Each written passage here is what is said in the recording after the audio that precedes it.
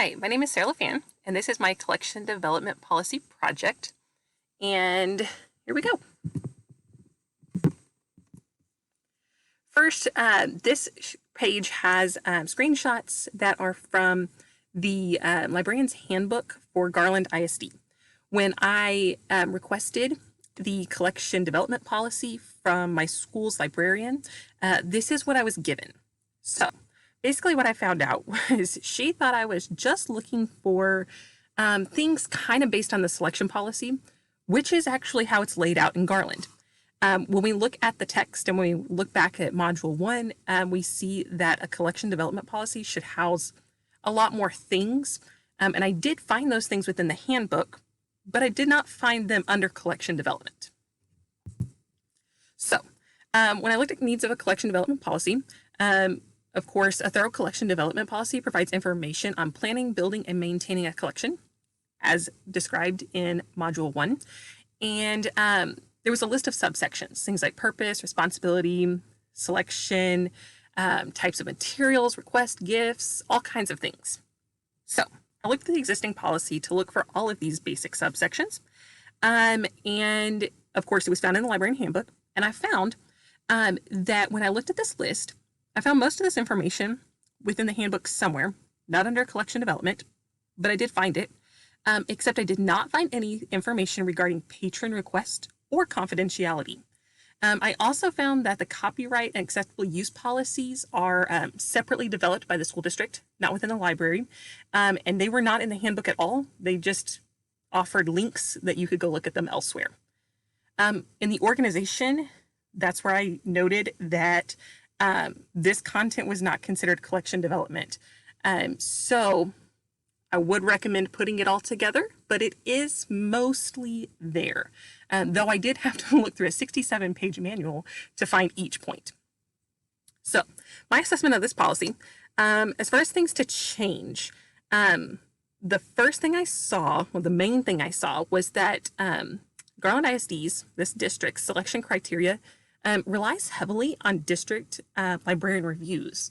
They do say that you can look within journals and things for book reviews, but they really rely on a system where each year librarians are reviewing books, and we kind of go off of those to select new resources.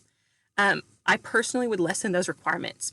I think when we look at everything on a whole, and when we look back at Module 1, how to develop a collection, that probably you should not only rely on your district personnel, because you may find bias or censorship problems there without more training.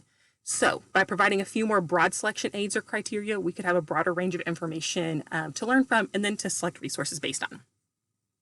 As far as adding things, we need to first look at both of the sections that were missing, both those subsections. So patron requests, there was no information on patron requests. Without policies regarding patron requests, there's going to be a lot of increased communication traffic to try and find answers. So I noticed in the handbook a lot, it suggested reaching out to the library coordinator for the district, but there's one library coordinator and we have over 70 campuses within our district. So if we're looking at 70 campuses worth of people having to email or call about information on patron request, that's probably not the best solution. So I suggest that the district should consider adding a simple process summary into the handbook to better guide librarians on what to do without having to request further information. As far as confidentiality, I only found one statement in the whole handbook that regarded confidentiality, and it wasn't something I totally agree with, and I don't think that we would go along with in this class. So the only statement I could find said that if the patron wishes that his or her child not check out the book, place a note on the patron's ID in circulation. This sounds relatively okay as an elementary school teacher and a future elementary librarian, but I don't think it's our best policy. That was found under censorship and reconsideration statements.